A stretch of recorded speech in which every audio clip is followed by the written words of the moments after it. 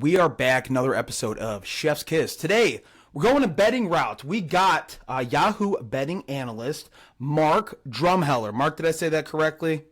You did. You nailed it, man. Just like it sounds. Nice and easy.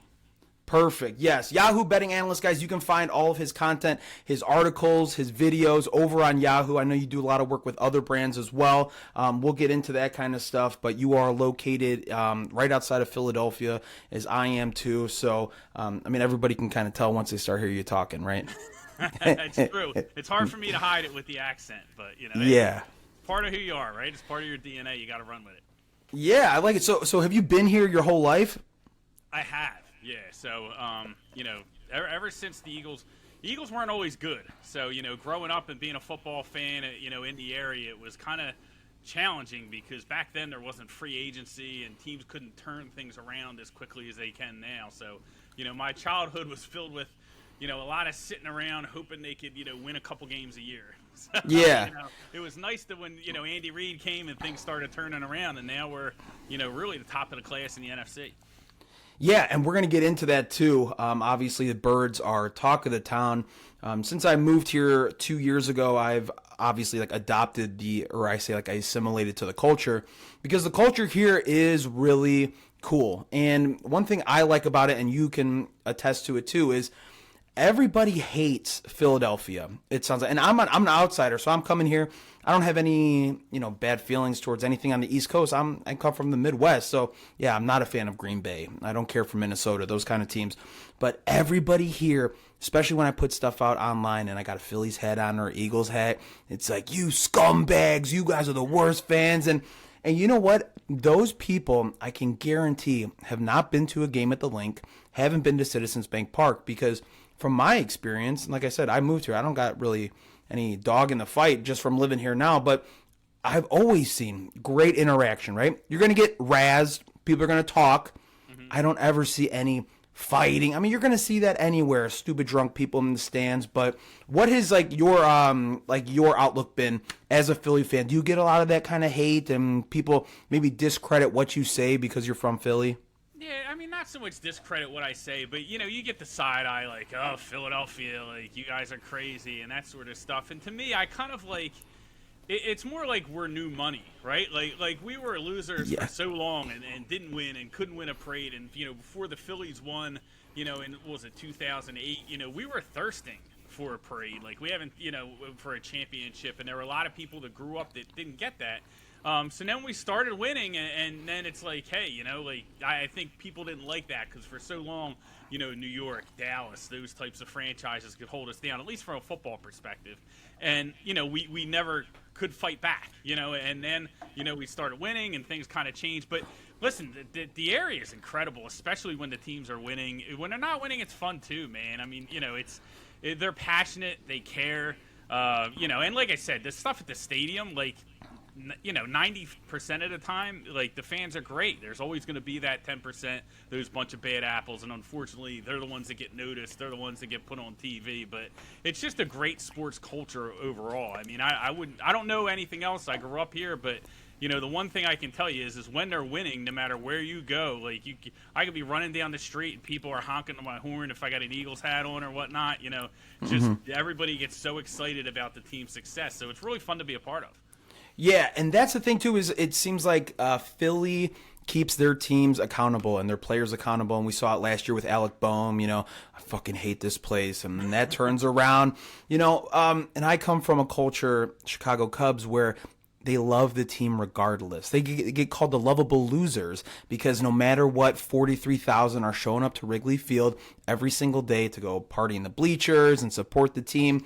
But yeah, Philly, you're going to get booed if you're not performing. They know what your contract is, what you're brought here to do. So they hold their teams accountable. And some other fan bases are, look down upon that or whatever. You guys boo your own. They bring up the Santa Claus thing that happened in the 70s. And it's like, guys, that didn't happen in the last 50. You weren't alive for that. So right. That kind of stuff. Nobody cared that we booed all the time when the team stunk.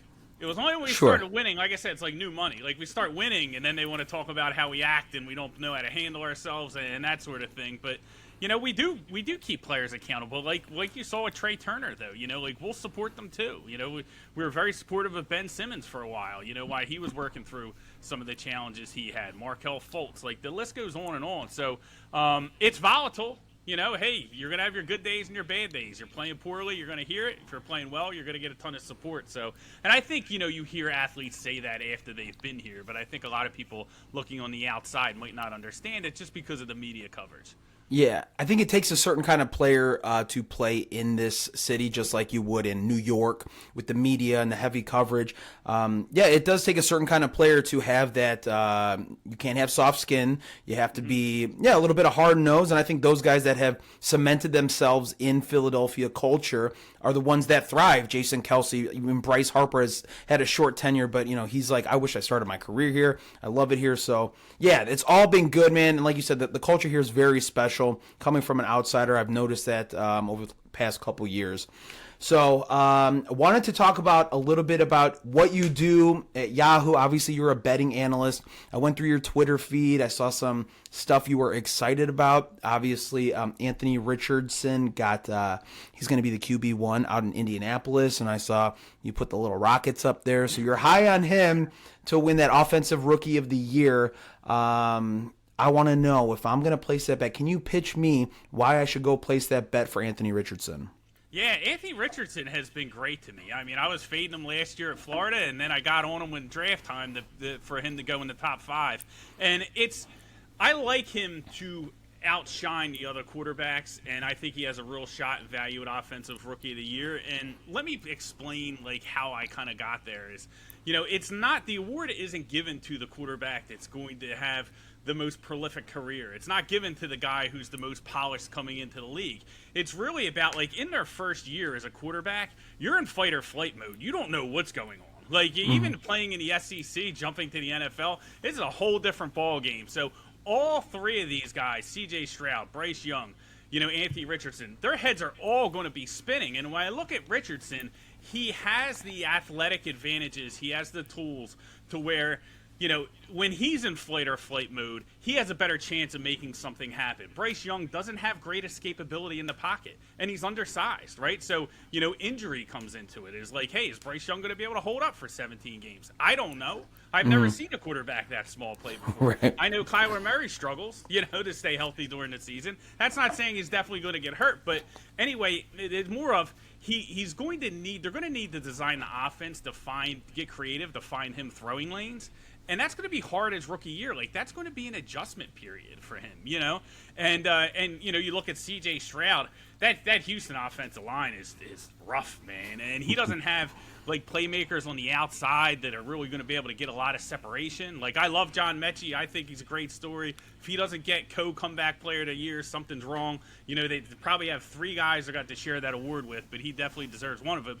But getting back to Richardson, he's going to be able to make plays. He gets a head coach with Shane Steichen who has experience working with Jalen Hurts. He's going to have design runs in the package. So he's going to be able to move the chains, make big plays with his feet, much like we saw out of Justin Fields last year. Justin Fields had a phenomenal, year to the point to where everyone's throwing their money on him to be MVP this year. I'm not in that crowd, but it just kind of shows you to where if you have a big arm and you have rushing ability, early in your career, you can make a lot of highlight-type plays and sort of carry your team, with those tools without fully grasping how to beat NFL defenses on a consistent week-to-week basis, because none of these quarterbacks are going to. So when I look at Richardson, 2 things he does well, right? He has his mobility, and he has a cannon, right? He can throw it out the stadium if he needs to.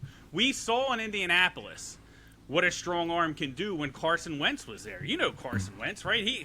Listen, not a good quarterback, right? Not very good at all. But he has a strong arm, and he would drop back and just go YOLO and throw it up, and Pittman would either get interference or Pittman would come down with a 60-yard catch, and that's how they moved the ball that year. So Richardson can do that. He has the strong arm to where he can get it, throw these contested catches to Michael Pittman 40 yards down the field and let him make plays. So I think all that kind of works in his favor, when you're looking at, him compared to the other quarterbacks. And I think that the Colts are a team that's in a division with the Jaguars, the Texans, the Titans, not really strong. So if they can put together 9 wins, that might be enough to win that division, and then the momentum gets even, you know, continues to roll for Richardson as far as, you know, the highlights and the award market and those sort of things. So I think there's a real good chance he could come away with the award.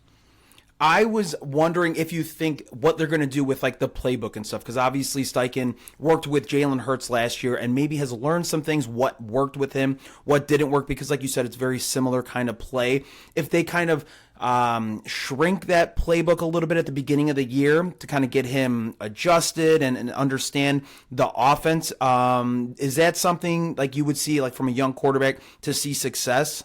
I think so. I think that's what probably quarterbacks across the board, right? When they come into the league, it's kind of like they see what their capacity is as far as, you know, what they do well and what they don't, and what they did well at Florida, you know, for him instance. And then how do they kind of blend that into, you know, the offensive scheme and what they try and do on a week-to-week basis. But, yeah, I think you'll see that, you know. But I think he's going to be a very boomer bust player on a weekly basis, right? There's going to be some really ugly plays, you know, like with all rookie quarterbacks, and then there's going to be some highlight plays where he's letting it rip 50 yards on a rope to Michael Pittman, and he, you know, comes down with the ball and it's a touchdown, or he scrambles for a 30-yard touchdown, you know, those sort of things. But people are going to forget the bad plays if they're winning games, and they're playing in a very weak division. They got a very soft schedule. So if they're winning games, they're not going to care that he threw a pick six in the second quarter if he, you know, threw the game-winning touchdown pass. So, you know, that's kind of how I look at it, is like this is a situation where he's in a soft division, you know, where they can really make some headway, win some games, and he's going to be a big part of that offense. Now, we want Jonathan Taylor back, right? We need Jim Irsay to calm down, right? We need to, you know, quit buying whales, dude. Yeah, find a way to mend the fence there, right? We got to get this guy on the field, but you know, that's obviously going to help. But, you know, hey, listen, if he's not there, it might be a lot more Anthony Richardson running early, which I think is fine. I mean, I don't think that, you know, is a problem. A lot of people, you know, correlate that with getting injured, but if you look at a lot of the running quarterbacks, you know, Lamar Jackson, you know, those guys get injured in the pocket. They're not getting injured when they're running, you know? Sure. So I'm not concerned about that at all. But listen, I think at the odds, I mean, I got it like plus 700. I don't know exactly where it is, but I think it's pretty good value for a guy like that. Okay. And speaking towards, like we were talking about Jonathan Taylor, wanted to get your perspective or your take on like the running back market. And obviously Jonathan Taylor wants to get paid. Running backs want to get paid. We kind of saw what the Eagles did. We're going to touch on the Eagles as well, but they got 3 running backs for the price of what Miles Sanders wanted. So as far as like value and like what the market dictates, like for me, I just think it's being smart. And if you wanted to fix it, you would go to the CBA and you wouldn't have a 4-year contract. Because as it's set up currently, it's 4 years plus 1 tag or 2 tags. Does that sound right? Yeah, it's somewhere in that range. I know it's 2 tags. I think it's 2 tags. Like, yes. Cousins got tagged twice back in the day. I don't know if it changed with the new one, but I think the situation is unfortunate for running backs, right? But it is what it is, you know, and it makes sense. And you know, if you're looking to fix that, you know, I think the answer lies somewhere in that these guys have to be able to earn as much as they can early in the career, right? So the suppressing the rookie wages that they did in the last CBA and agreeing to that is good for every other position, probably except for the running back, because really years 1 through 3 is where they're probably going to earn their most money, right? So, you know, if they came out and there was no rookie cap on their salaries when they got out of the draft, they would probably be able to negotiate much better deals. And I think that's the challenge, is because by the time their contract gets up, they're like, hey, pay me for what I did. And the teams are like, no, we're going to pay you on what you're going to do. Right? 100%, yeah. And that's the thing, is just being a smart businessman, being a smart team, is not overpaying for, what you did. Because I see a lot of the comments are like, he carried that team, and that is great, but I'm not paying for, like you said, for what you did. I'm paying you for what you're going to do. What was I going to say about that? I don't remember. I think you were tying it back into the Eagles, maybe. It's just kind of like smart franchises don't really extend themselves that way. Well, we've seen teams, I think over the last 10 years, 12 years, teams that have won the Super Bowl don't have an elite running back. They don't have a running back that's on their payroll that is making, top 5 running backs. So if you're compiling a team and you're distributing what your cap looks like, you're not going to, blow your load on running backs like that, because we are in a passing offense. It's not a running offense anymore. The NFL is a passing offense. So I think that's where the priority is. But in regards, it's again, the league goes back and forth, right? It's cyclical. So, we could see, like last year, teams had a lot of success running the ball. But the reality is that you can't really put all your eggs in one basket because of the durability of that position. Like those guys, it's like running into a brick wall 50 times a game. Like, Right. it's hard. And I agree, the NFL should find a way to kind of change the way they're paid so they can make more money earlier in their career. But from a team, like a roster constructive perspective, like you just want a deep running back room. If you have a strong offensive line, you're going to be able to get guys to get through those holes. So, and you're going to be able to find them later in the draft. So I think it's more of a position of where, like, yes, you need a strong running game, but that doesn't necessarily mean you need a strong running back, Right. I see success in teams that invest in the trenches, right? Mm-hmm. You invest in that O-line, invest in the D-line, and then I could run with the Eagles O-line sometimes, you know what I mean? So, in regards to the birds, man, I want to talk about some bird stuff. Yay, birds. I didn't know that was like a greeting once I moved here. You hold the door open. Hold the door open for someone at Wawa. Yeah, go birds. And I was like, you're welcome. You got it. Jalen Hurts. So from what I've seen, Jalen Hurts, that last time we saw him before last season was in that Buccaneers game, and he looked bad. His arm strength didn't look good. The progression from that last game to last season was exponential. He took a huge leap, obviously contending for the MVP before he got hurt. What do you think we can expect from Jalen Hurts? Is he going to continue to ascend? Because my thing is, I don't know the guy, but he seems, and everybody says, is the most mature 25-year-old, just turned 25, one of the most mature 25-year-olds you've ever seen. He's the first one in, and he's the first one, or the last one out. So that work ethic is there. He's overcome adversity through college, through the NFL. So just by looking at his body of work and the situations he's been put in, I think he's going to continue to ascend. What's your outlook on Hurts this season? Yeah, I think he's just scratching the surface. And listen, I'm a guy that was unsure. I'm sure the tape's out there. Going into last year, I'm like, hey, it's a big prove-it year for Jalen Hurts, right? He's got to show me because, historically, guys taken in the second round, or later, don't always work out in the NFL. It's hard enough getting these first-round picks right, So I was a little, unsure of, whether, Hurts could make that leap. He did, and I think now sky's the limit. I mean, he showed the ability to make that progression. He's not going to go backwards at this point. He's only going to get better. He has the physical tools, and again, he has the work ethic, all the leadership abilities. I think that was just really the one thing that was missing is people were wondering if he could make that leap, if he could build up his arm strength, if he could make the throws, those sort of things. And I think we saw it last year. So, listen, I think he's going to be one of the best players in the NFL, when this thing's all said and done. I couldn't be happier that, he's leading the team.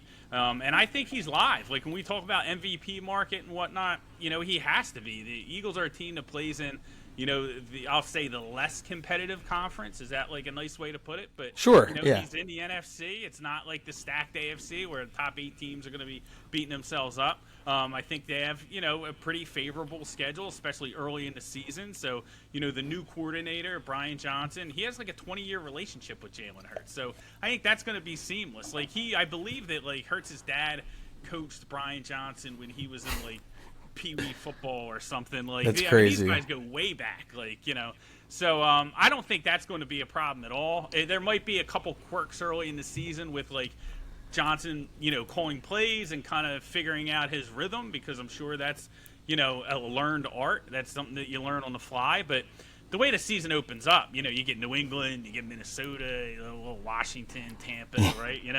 Not a bunch of killers. So yeah. I think that's fine. That all sets up nicely. But I think, they're going to win a ton of games this year. And if he's leading them and he's progressing and he's putting up bigger stats than last year, he's going to be hard to ignore in that conversation. Yeah, it looks about, I think it's week 9 to week 13 is when it gets to that tough part of the schedule. Dallas twice, the Bills, the Chiefs, that kind of stuff. So, yeah, we'll see. Like you said, really looking forward to that Thursday night game against the Vikings because we also, what happened last year was also a Thursday night game. Everybody obviously knows how good this offense is. It's a very prolific offense. I'm curious to hear what you think about the defense, the Georgia Bulldog defense, right? And maybe some impact rookies to keep your eye on this season, because the offense gets a lot of talk, but I think this defense is going to be scary, man. And I don't know what I'm going to expect from some of these rookies, but maybe you have some insight to rookies on the defense. Yeah, so I think, when you look at the team defensively, I like what they did as far as, the NFL is really about two positions on defense, right? It's about two areas, your pass rush and your ability to cover players, right? So they bring both corners back. I know that got a little dicey, but we got both those guys back. And then, we lose Hargrave, but we bring in Jalen Carter. So Hargrave was awesome, double-digit sacks, right? But we retained 4 other veterans that had double-digit sacks. So I'm pretty happy with that. I think, with the side there, the new play cards, they're going to be a little more aggressive, which I think the fans will welcome, after, having Jonathan Gannon here. But I think really the key players, like outside of, when you look at rookies, like obviously you have Nakobe Dean in the middle. We need him to kind of step up and mature in that role. But I really think a lot comes down to Jordan Davis, man, because when he's on that field, teams are not going to be able to run. And if he's on the field and he's healthy, especially with, Jalen Carter, you can really kind of beef up that interior defensive line, and it makes a world of difference. And especially when you look at the division, you look at the Giants, they're going to have to be, very reliant on the running game, right? Daniel Jones isn't going to be throwing darts to who do they have out there, Slayton or whatever, right? So, yeah. They don't have a very explosive offense, so they're going to have to rely on Barkley in the running game.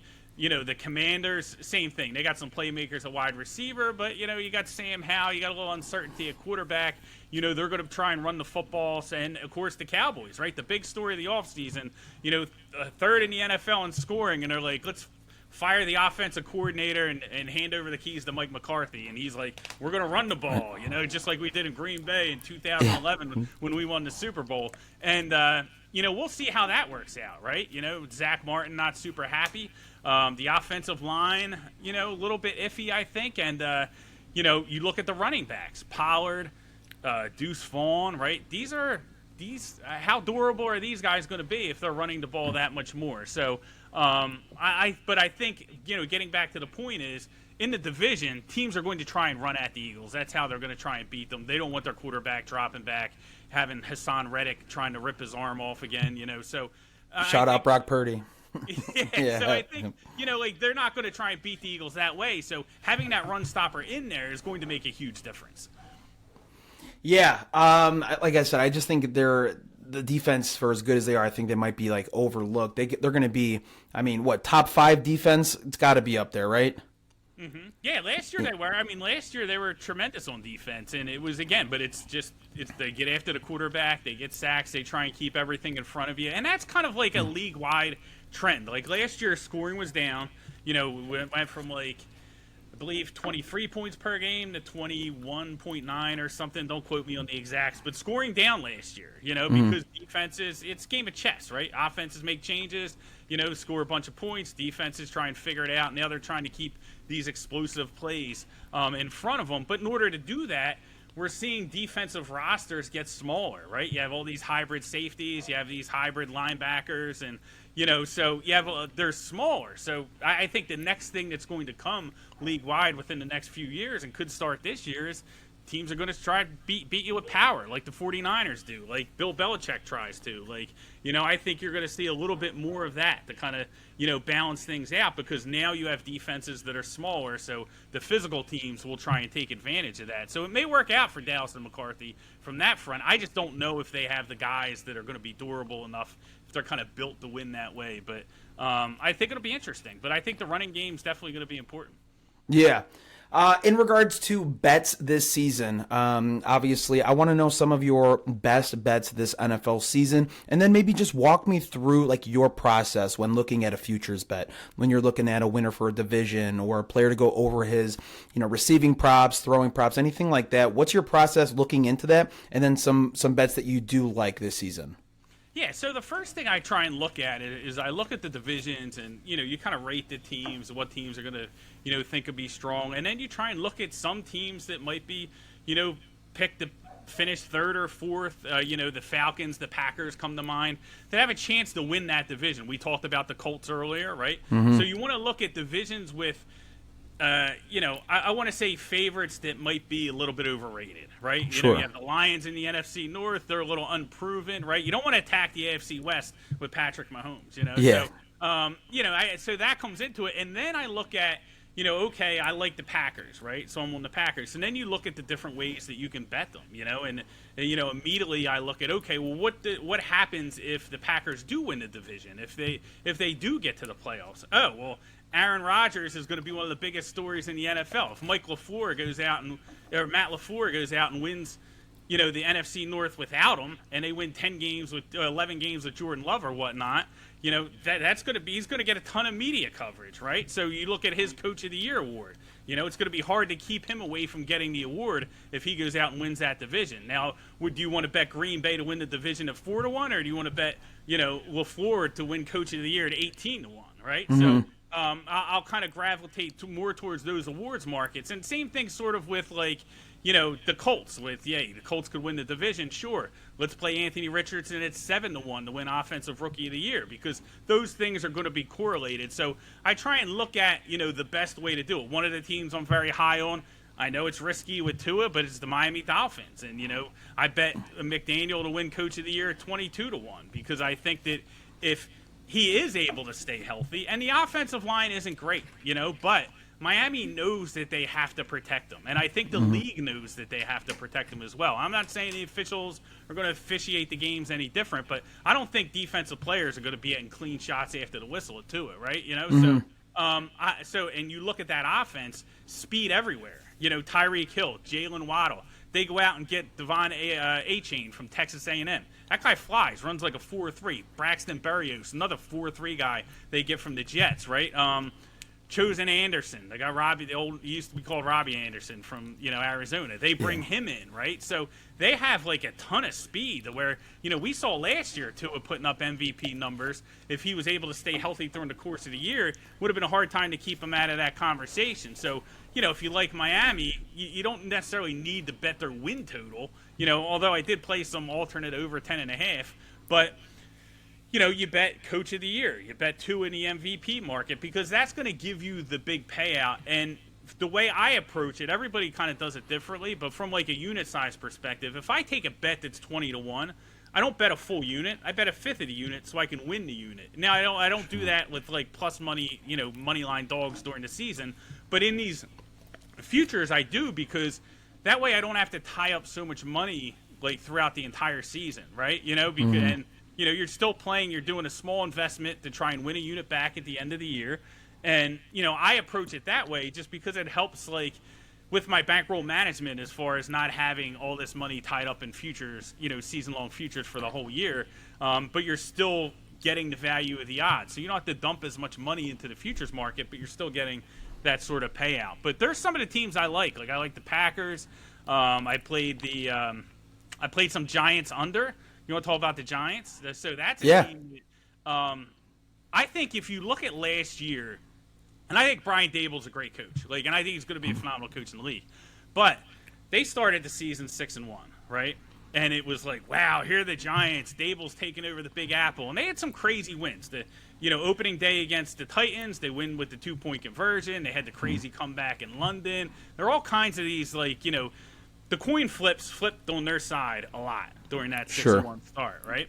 And then after that, they couldn't win any games, right? They finished the season winning 3 out of the last 10 games.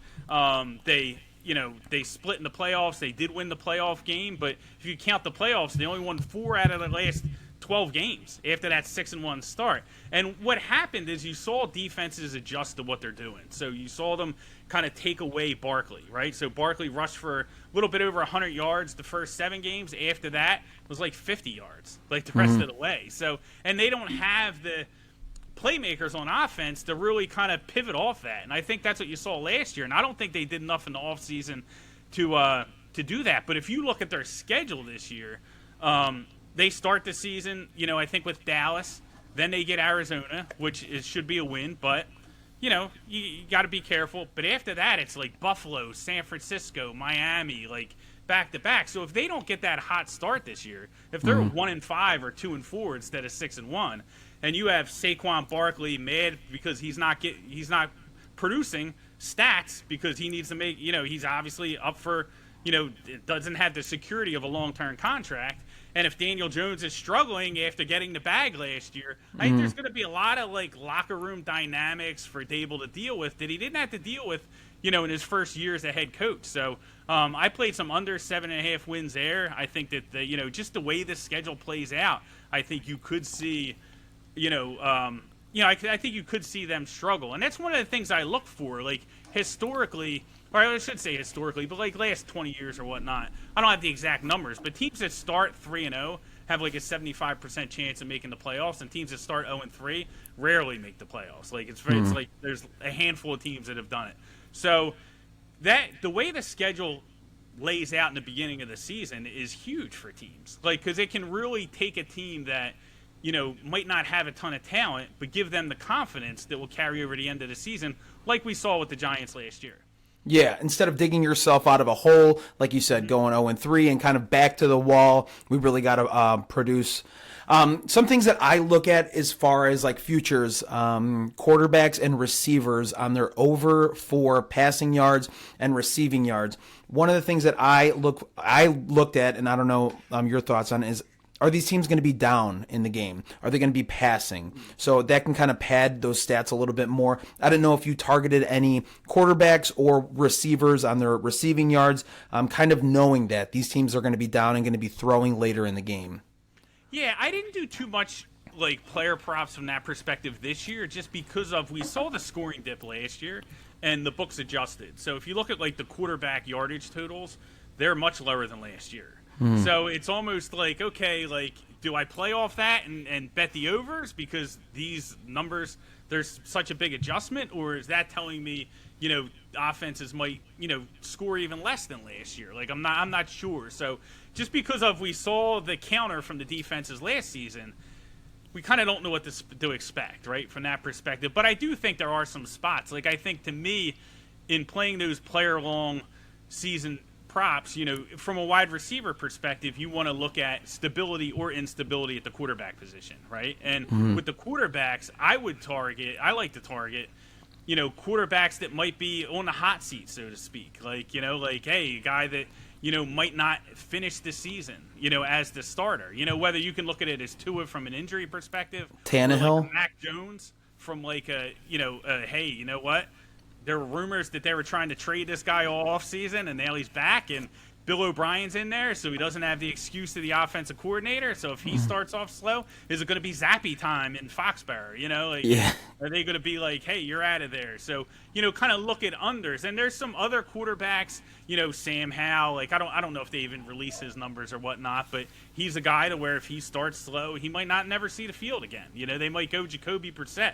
That's a situation in Washington where and I guess you could look at the receivers there too, because that's a situation where you have a coach on the hot seat, and you can kind of apply this to the Raiders as well, right? You have a coach that could be on the hot seat, has a very difficult start to the season, right? So they got to go, they get Arizona week 1. They have to win that game because then it's like at, Denver, and then it's Buffalo, and their start is scheduled. Not as tough as the Giants, but it is tough. So if that team doesn't start winning, players are already complaining about the coaches. They're already complaining, and you have an owner who really wants to scrub the place clean, right? And start all over. Like, he wants to change the name, probably wants to change the colors, just hadn't told anyone yet, right? Yeah. Like, he wants to just wipe the whole thing clean, so that he's going to want to bring in his guys. So that's a situation to keep an eye on. Like, I wouldn't play Washington anybody, even though I think Dotson's an animal, McLaurin, these guys are really good players.